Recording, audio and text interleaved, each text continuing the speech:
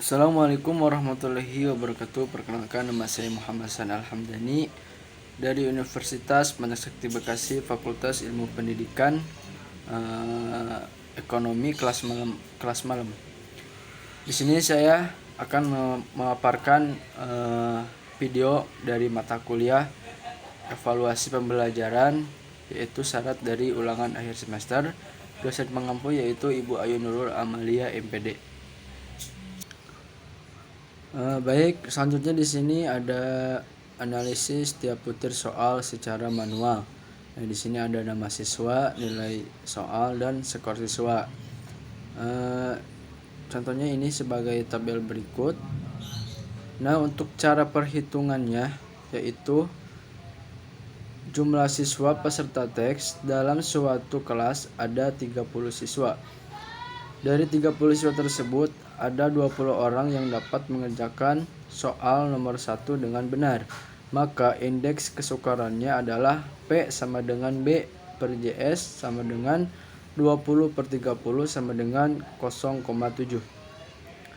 Dari tabel yang disajikan di atas tersebut dapat ditafsirkan bahwa soal nomor 1 mempunyai taraf kesukaran 0,7, artinya soal tersebut tergolong soal yang sedang. Dengan acuan berikut ini. Soal dengan P 0,00 per 0,30 adalah soal sukar. Soal dengan P 0,31 per 0,70 adalah soal sedang. Soal dengan P 0,71 per 1,00 adalah soal yang mudah. Selanjutnya di sini ada analisis butir soal dengan program Microsoft Excel. Nah, di sini ada nomor butir, tingkat kesukaran, ada koefisien, ada keterangannya. Selanjutnya dari hasil analisis soal di atas dari tabel tersebut, maka distribusi ke 30 butir soal berdasarkan tingkat kesukaran dapat dikategorikan dalam tabel berikut ini. Nah, ini tabelnya yaitu distribusi butir soal berdasarkan tingkat kesukaran. Ada tingkat kesukarannya yaitu 0,00 per 0,30. Nomor butir soal ada 4,22, jumlahnya 2, persentasenya 6,7%. Selanjutnya nomor 2, tingkat kesukarannya yaitu 0,31 per 0,70, sedang. Nomor 3, 0,71 per 1,000, itu mudah. Nah, jumlahnya itu 7. Yang kedua, yang ketiga 21, jumlahnya persentasinya yaitu 23,3%. Yang nomor 2, yang nomor 3 yaitu persentasinya 70%. Nah, selanjutnya yaitu tingkat kesukaran dapat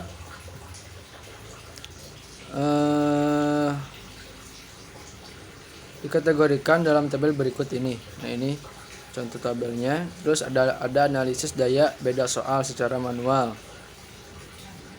Nah, ini nilai soalnya ada yang 1, 2, 3, 4, 5, 6, 7, 8, 9, 10. Skor siswanya ada yang 7 dan 8 dari semua siswa tersebut. Selanjutnya yaitu dari angka dari tabel tersebut yang belum terkait di atas, kemudian dibuat array atau urutan penyebaran dari skor yang paling tinggi ke skor yang paling rendah.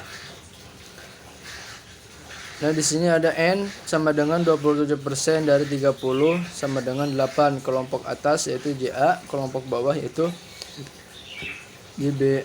Kelompok J yaitu sama dengan ada 15 orang dan kelompok JB itu ada 15 orang. Perhatikan tabel analisis di atas khusus untuk butir soal nomor 1 didapatkan hasil, yaitu dari kelompok atas yang menjawab benar ada 14 orang, dari kelompok bawah yang menjawab benar ada 6 orang. Cara perhitungannya yaitu jumlah siswa peserta tes dalam suatu kelas ada 30 siswa, terdapat 15 siswa kelompok atas dan 15 siswa kelompok bawah. Dari 15 siswa kelompok atas tersebut ada 14 orang yang dapat mengerjakan soal nomor dengan benar. Dan dari 15 siswa kelompok bawah ada 6 orang yang dapat mengerjakan soal nomor 1 dengan benar. Maka indeks diskriminasinya adalah, dengan demikian indeks diskriminasi untuk soal nomor 1 adalah 0,5, yaitu termasuk dalam kategori soal yang baik. Selanjutnya di sini rumusnya yaitu D sama dengan B per JA tambah BB per JB sama dengan PA per PB. Selanjutnya D sama dengan 14 per 15 tambah 6 per 15 sama dengan 0,59 per 0,54 sama dengan 0,5. Butir soal yang baik yaitu butir soal yang mempunyai diskriminasi 0,4 sampai 0,7 dengan klasifikasi daya beda sebagai berikut. D sama dengan 0,00 per 0,20 adalah titik baik atau sangat kurang. Terus selanjutnya D sama dengan 0,21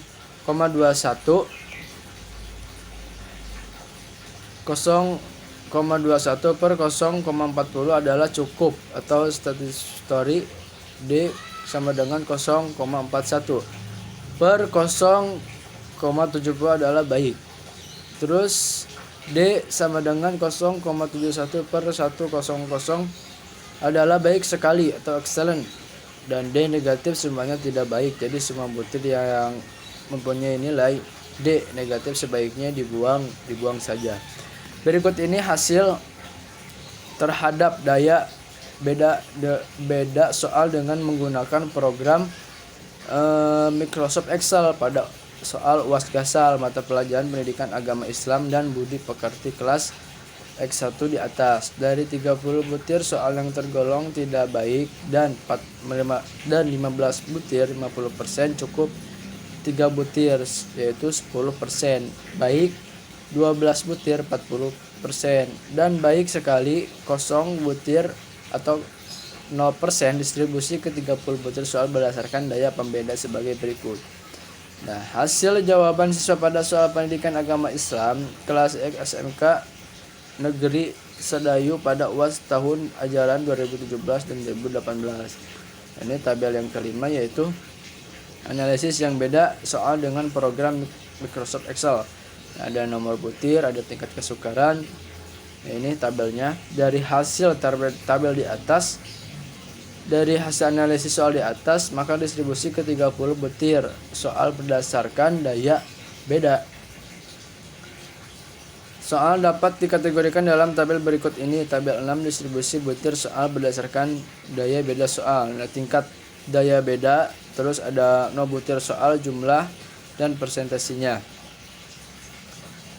Selanjutnya dari persentase tabel distribusi butir soal di atas dapat diketahui bahwa soal ujian akhir semester Gasal mata pelajaran Pendidikan Agama Islam dan Budi Pekerti kelas XI dilihat dari daya pembeda soal terdapat 17 butir soal atau 57%.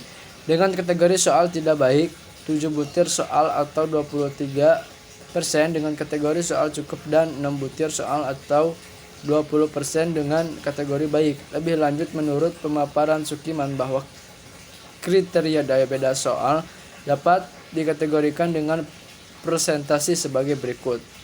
Yaitu pertama yaitu kategorinya tidak baik, cukup baik, dan baik sekali yang memenuhi. Terus berdasarkan tabel kriteria daya beda soal di atas dapat disimpulkan bahwa soal memiliki kualitas daya beda soal yang kurang baik hari ini dikarenakan kategori soal tidak baik diperoleh persentasi sebanyak 57% yang seharusnya berbeda dalam tentang 0,25,99%. Kemudian soal kategori cukup diperoleh persentasi sebanyak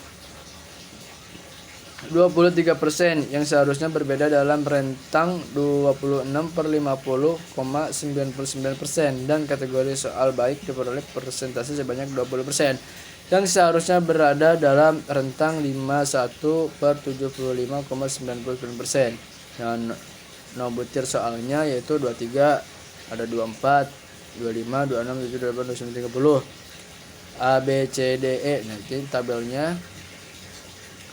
Dari hasil analisis soal di atas, maka alternatif jawaban yang tidak kefaktif dalam pilihan jawab 30 butir soal berdasarkan fungsi distraktor, yaitu tabel 8 distribusi butir soal berdasarkan keefektifan penggunaan distraktor. Ini alternatif jawaban, tidak kesimpulan akhir. Ini tabelnya. Selanjutnya yaitu dari hasil analisis soal di atas, maka distribusi ke 30 butir soal berdasarkan daya beda soal dapat kategorikan tabel berikut ini. Nah, ini tabelnya, contoh tabelnya. Dari presentasi tabel distribusi butir soal di atas dapat diketahui bahwa soal ujian akhir semester Gasal mata pelajaran pendidikan agama, Islam, dan budi pekerti kelas XI dilihat dari fungsi distraktor. Terdapat 15 butir soal atau 50% dengan kategori soal sangat kurang. 6 butir soal atau 20% dengan kategori soal kurang baik, dan 9 butir soal atau 30% dengan kategori cukup lebih. Lanjut, menurut pemaparan Dr. Sukiman bahwa kriteria fungsi distraktor dapat dikategorikan dengan persentase sebagai berikut. Nah, ini kategorinya, tabelnya.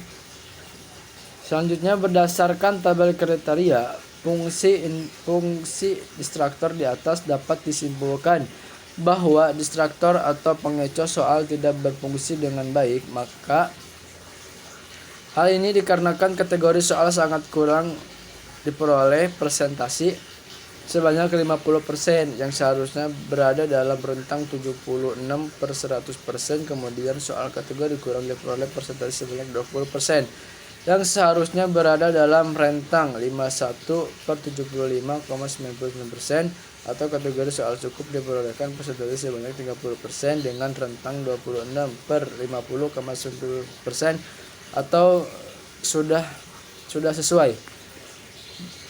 Dari beberapa hasil analisis butir soal di atas, mulai dari analisis tingkat kesukaran, analisis daya beda soal, dan analisis fungsi distraktor atau pengecoh soal dapat disimpulkan dengan jelas pada tabel di bawah ini. Ini dari hasil semua yang tadi. Kurang lebihnya mohon maaf apabila ada kesalahan. Wassalamualaikum warahmatullahi wabarakatuh.